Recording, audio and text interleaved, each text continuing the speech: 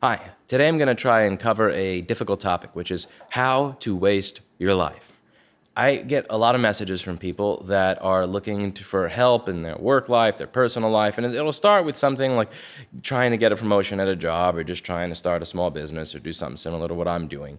And then when we hit the roadblocks as to why they can't do that, when I'll ask them follow-up questions, what often happens is they'll discuss things that occurred during childhood, but they'll gloss over it like it was this really small detail. And I'll think, dear God, that happened to you? Because to me, to somebody who didn't go through that specific experience, it is profoundly scary. It's profoundly tragic and terrible. And it's not something that I can gloss over. But the fact that someone who's messaging me can gloss over that terrible experience tells me that as much as it hurts, it's something that needs to be revisited if it is affecting the way people are living their lives right now. So when it comes to bad childhoods, children are going to feel very alone. That is only natural if that person has gone through awful experiences. So let's say that there are certain terrible abuses that occur. I've read that in 2011, something like 28% of kids within the U.S. Department of Education system felt terribly bullied with no recourse or solution. If you Google statistics on how many parents beat their children and how frequently they hit their kids, it is some harrowing stuff. The Me Too movement brought out so much information on people that were molested or sexually abused as kids.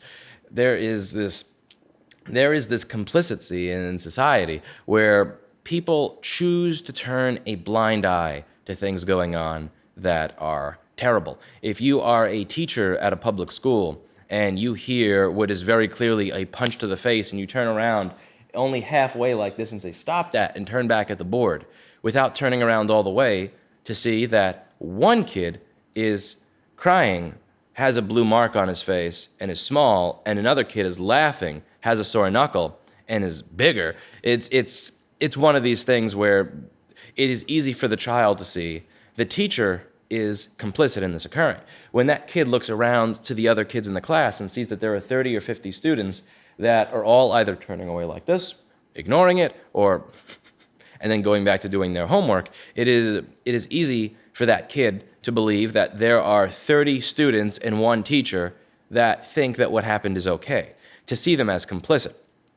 And it is easy if your father comes home at 7 o'clock and walks up to the window right by the chair that you're sitting at, screams at you, you talk back a little, and he punches you in the face repeatedly. If there is a neighbor and he's looking out his window as he's reading the paper and he sees you, that's the moment at which you think, he's going to notice something. He's going to say something. He's going to bang on the window and say, "That's not cool." He's going to call. He's going to come to the door and knock on it and say, "Hey, what's going on?" He's going to call 911. But instead of doing that, the neighbor closes his blinds and goes back to reading his paper and drinking his evening tea. There are times where kids are sexually molested, and it may be by a boyfriend of the mom. And this is something that is sadly more likely to happen as sexual abuse typically occurs more often with people that are not biologically related than are biologically related. And the kid comes home and the kid's really sad and acting entirely different than usual, and the mom doesn't notice any change in the kid's emotional state, any change in the kid's excitement for life. And what happens in these states is what allows the kid to keep going is the kid thinks, today is the day that someone will notice. Today is going to be the day that someone is going to ask me a question. Today is going to be the day that somebody is going to save me. That's what keeps that kid going. And every time the kid realizes that there's nobody coming to save him, every time the kid realizes I can come home and my mom doesn't notice any difference in me, nor does she care, when it is her job to, that she is complicit. Every time the teacher looks and turns around and acts as if the kid is equally at fault as the kid who punched him in the face with no provocation, that kid realizes that that teacher is complicit. Every time the teacher sees that none of the kids around say, "Hey, that's not cool," the kid knows that those people were complicit. Every time the kid realizes that instead of knock on the door when the neighbor hears dishes cracking and faces getting punched and closes their blinds, he realizes that that's another person that was complicit in his life being made miserable. It is natural to feel alone because these people were complicit in your misery. They took an active role in ignoring what was going on. You cannot be expected to be social with those people. You cannot be expected as a child to like those people. You cannot be expected as a child to relate to those people because I would dare say that they were just as much willing participants in your abuse as the person who is actually performing the abuse. Now, if that person ever hints that something is going on, they are screamed at. They are absolutely screamed at silently by people with looks. To shut up, to stop talking, to stop letting others know that they need to do something. Because doing something is hard. Tweeting a hashtag is easy. Yelling and screaming about how much you care about something from the comfort of your chair and your cell phone is easy. But it's hard to independently advocate to stop the abuse of another human being. And this is so frustrating to so many people, particularly in the world that we live in now, where I grew up, under the concept of diversity as our strength, where there were people of all religions, of all races, of all sexual orientations, of all ethnicities in the same classroom, in the same workplace, on the same block, in the same community. So what we're told is that we care so much about advocating for the underdog. Everybody pretends to care, but all of these diverse, different groups of people equally do not care about the suffering of one individual. And further, they are all pretending to care about all these perceived injustices and hashtags while ignoring the real injustice that's right in front of that abused child. This does not prep people to productively become a member of society or to productively socialize in a world of diverse people. Now, the issue here really comes with how it is people make decisions within society. We often make decisions based on a subset of the whole. For example, if we are looking to approve a new drug, let's just say, we're looking at approving something like Advil for the first time. You will see that it will say something like, let's just say, I haven't read the side of the bottle, 2% likelihood of nausea, 5% of the people have had instances of headaches, 0.02% have had instances of prolonged bleeding if they get a cut, blah, blah, blah. This is not based on testing the drug on all 350 million people in the United States. That's not what we do. To make things simpler and viable, that drug will be tested on 100 people, then 1,000, then 10,000, then 100,000, then maybe 1,000,000. And then we will extrapolate those results to guess in an informed manner how that drug will affect the whole of society, the 350 million people, based on the subset of the 1,000, 10,000, 100,000, and so on and so forth. We make decisions based on the subset. So as this child grows, people are going to say, well, you're dealing with new people now, you're in a new school, you're away from your abusive parents, you're away from the person that molested you. But the reality of the situation is that we make decisions based on the subset. If we were in a classroom of 30 people and every single one of them laughed as a large kid punched us in the face, we can only assume that the whole is going to be derivative of the subset. If we are in a situation where 200 of the teachers at a school all saw what was going on and not a single one cared to intervene in a manner that actually led to change, we can only assume that the whole is going to be derivative of the subset. If we have had 5 neighbors walk by and see that I didn't have a black eye 5 minutes ago, but I have a black eye now, and the only difference is that my father was walking me to the laundry room, we can only assume that the people that we meet in society, it's going to be a derivative of the subset of the neighbors that closed the blinds on us as we were getting punched in the face as children. So the issue is that that subset is going to be extracted and ride to the whole.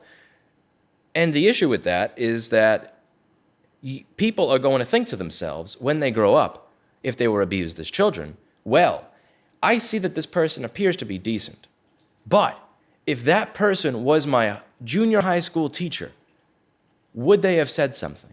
And we're going to do what most people would do and say, the answer is probably not.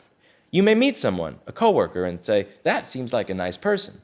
But if they were in the schoolyard the day that that kid broke my arm, would that person have said, if they were in that situation, hey, that's not cool? Or would they have looked by and went back to playing handball? You're going to say, okay, that woman seems really nice. She likes me. But would she have been the neighbor that called 911 or ran to knock on the door? Or would she have been the neighbor that closed the blinds?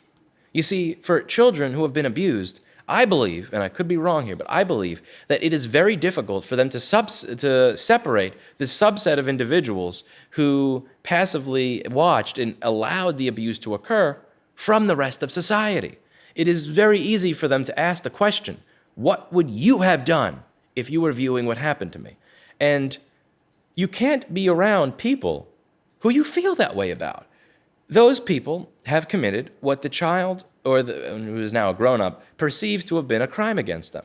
And when they grow up, now they're surrounded by people who they believe would have been complicit in that crime being committed towards them if that adult were present. You can't be around people if you feel that way about them. And the issue is that, hi, Blackberry, good kitty, good girl. My kitty is clawing my leg because she wants attention. I should hopefully edit this out of the video. The thing is, a lot of the questions that I get are related to direction. I don't have direction. I feel like I've wasted my time. I'm not sure how to start. I tried all these different things, but I never really knew where to start. And the issue is that direction is going to come from being a part of the world, being a willing participant in the world. You have to be around other people. You have to be around other situations to understand what the world needs, what the world does not need more of. You need to be around other people to realize what it is that you likely may be able to learn and what it is that's just going to be outside your wheelhouse and, quantum physics to you. You have to be around other people to see the opportunities as they present themselves to you. Because life is not this little simple path where I choose I want to do this, then I will read a book, then I will take a class, then I will get a certification, then I will do that, and then I will retire with my pension. Life doesn't work that way. So, if I just look at my life, just to make it very clear that I'm not hyper-intelligent, nor am I hyper-lucky, nor am I even that intelligent or lucky, it's just a case of following what was in front of me. I got an internship at some recording studio. The recording studio was kind of a dump. I talked to other people who confirmed to me, some of my suspicions, and also to people who pointed me at another studio. So I asked, what type of mentality, what type of culture, what person do I need to be in order to get a job at this other studio? And then I get an internship at that other studio. And then I learn a lot from that studio because there were a lot of other people at that studio that were, they were hipsters, they snubbed their nose at everybody, they thought they were better, and I didn't get along with them at all. And I was also one of the only people that cleaned the bathroom. And then I shared, and I learned that apparently the tech staff, who I would have loved to learn from, also didn't like the hipsters, and they also noticed that the bathroom that I cleaned was the one that was cleaner than all the others, and they liked that. So I learned a lot, but then I realized that there was fading opportunity there. I wasn't going to go anywhere. So I went back to the old studio. And then that studio closed, and I wanted to still keep working on a session that I was working on there, so I got a Mac. And then I realized that it was broken and that the options to fix it were all outside my budget and they all sucked. So I decided to try fixing it myself, and at that point I wound up reselling it. Then I talked to somebody about buying a drive, and I was too cheap to buy it at Best Buy, and that one person was talking to me a little about the repair industry, and I was talking about how I don't think it's viable, and he said, oh, no, all those advertisements you're reading are advertisements that are false. When you call them, they raise the price by $100 if you don't want to do the repair yourself, and they also take a week. I'm never going to forget that conversation that I had, because if I hadn't had that conversation, I genuinely would have never even tried. And then that snowballed into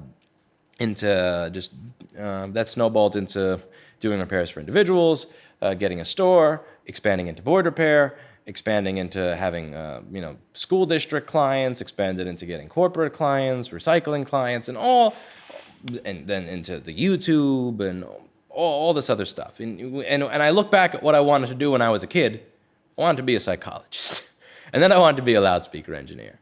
And then I wanted to be a recording engineer. And then I wanted to be a recording studio tech. And now I do YouTube videos, I teach school districts how an RTC circuit works, and I sell hot air stations over the internet. Not exactly what I planned, but the reality is that you need to be engaged in the world in order to find the opportunities that are going to give you the direction, that are going to give you those cues as to where it is you need to start. And if you are isolated, then you're not going to have any idea where to start because you're isolated from all the people who are going to give you those cues as to what opportunities are available, what opportunities you should take, what opportunities you shouldn't take. No one finds their place in the world by just pointing and going, I'm going to do that. Or if they do, well, frankly, they've got it figured out a lot better than I do.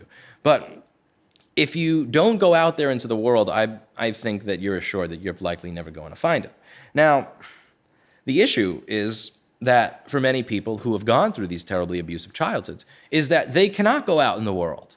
They cannot go out and talk with people. They cannot go out and be in a room with people. They cannot go out and engage in activities with others in a recreational basis that are going to allow them to talk with others and realize what opportunity exists and what it is they can do or what it is they shouldn't do or what it is that would be cool to do, because they walk into a room and all they see are a group of people that are complicit in their misery. Even if those are people that the kid who was abused never met. When he's 20 or 25 or 30 or 35 and he walks into a room, all he thinks is, you're somebody that when I was a kid would have watched and laughed. You're somebody who would have closed the blinds. You're someone who would have turned around and went back to the chalkboard rather than spend 5 seconds investigating whether or not what was happening to me should have been stopped.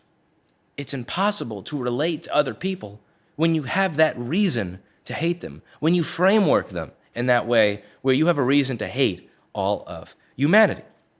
Now, someday, that person may get out of that, and they may decide, I'm going to go to a party. And this is what's going to happen when they're a little bit older, when they're in their late 30s, late 40s, early 50s. They may go to a party. They may go to some recreational event.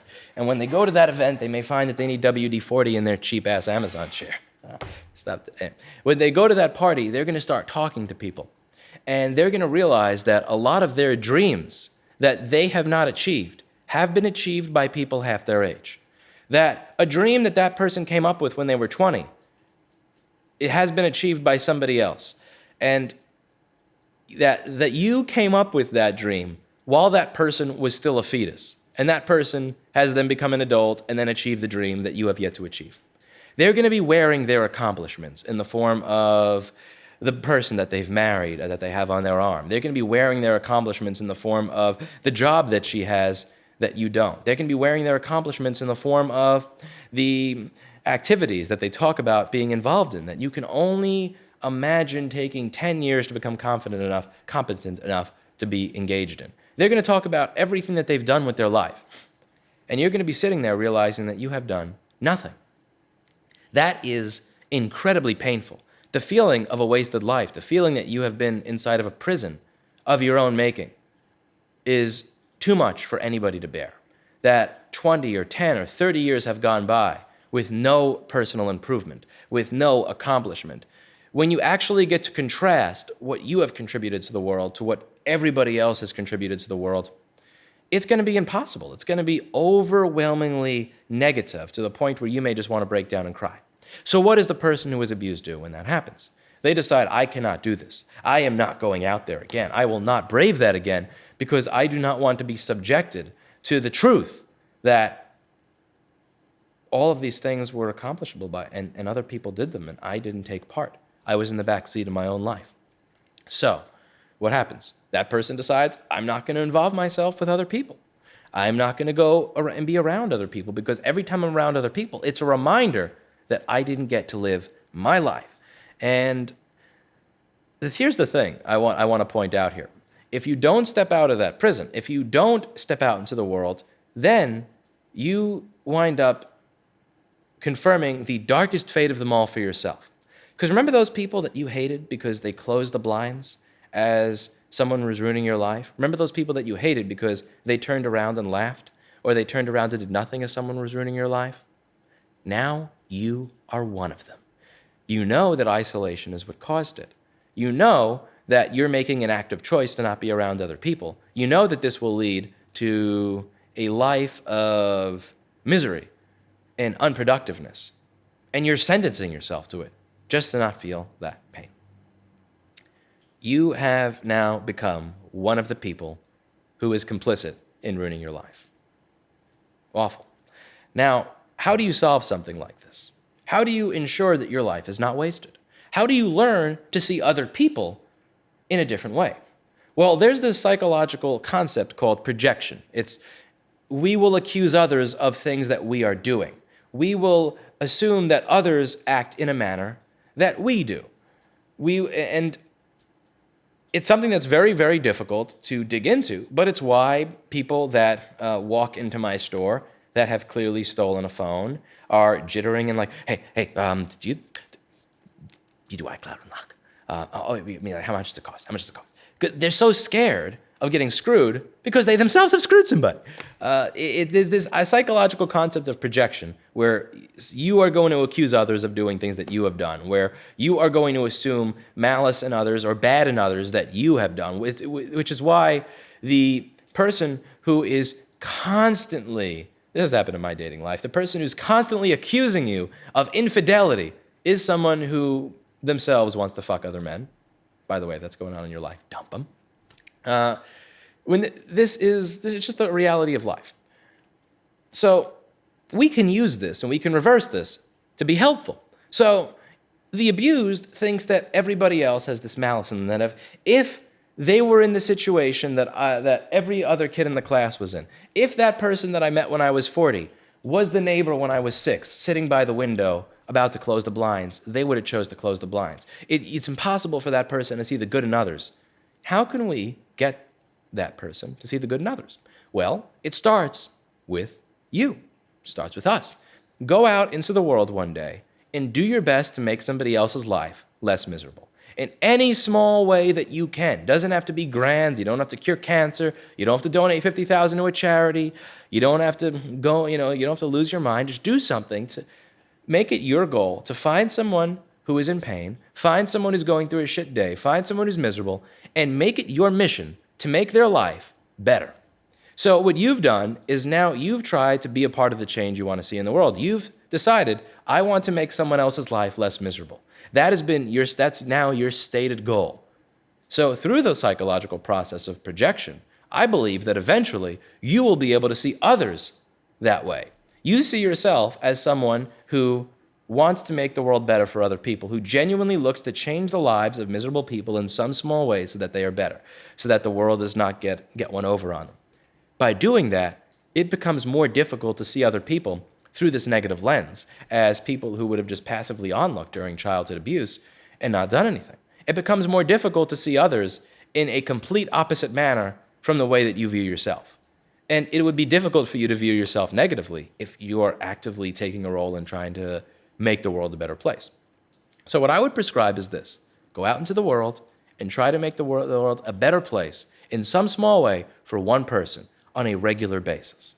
And then, as time goes on, see if your perception of these people changes. See if your perception of the people around you changes. See if you're at a point where you can walk into a room of people and see them as individuals who are not complicit in your misery, not people that would have done nothing, but rather as people that would have said, hey, that's not cool. Stop that. See if after partaking in this exercise, when you walk into a room of people, that you can see them as individuals who would not have closed the blinds, as people who would have turned around and said, stop that. As a mom who would have said, hey, maybe I should break up with this person because my son seems to be really bothered around them, rather than somebody who would have just ignored them, went upstairs, ate ice cream and stuffed French toast, and watched Netflix. See what you can do. See if it changes your outlook, and see if it allows you to be around other people. Because engaging with other people is fundamentally the best way to find direction. It's the best way to find opportunity. It's the best way to get from point A to point B. It's the best way to do it, to just get anywhere in life. And you're not going to get anywhere in life if you're not engaged with other people, if you're not engaged in the world, if you're not a participant in the world. And there are so many people that get so far that are not that intelligent, that don't have a lot of luck, that are probably pretty dumb because they were just engaged and paid attention, had their eyes open and talked and listened, a lot of listening. And you got to be in a frame of mind where you can do that. So hopefully, if you are one of these individuals, this in some way has helped you. And I would encourage you greatly to make these changes as early as you can, because the older you get, the harder it is to do. The older you get, the more depressing it will be. And I don't want anybody to wake up and realize it's too late. I wasted my entire life. And that's it for today. And as always, I hope you learned something.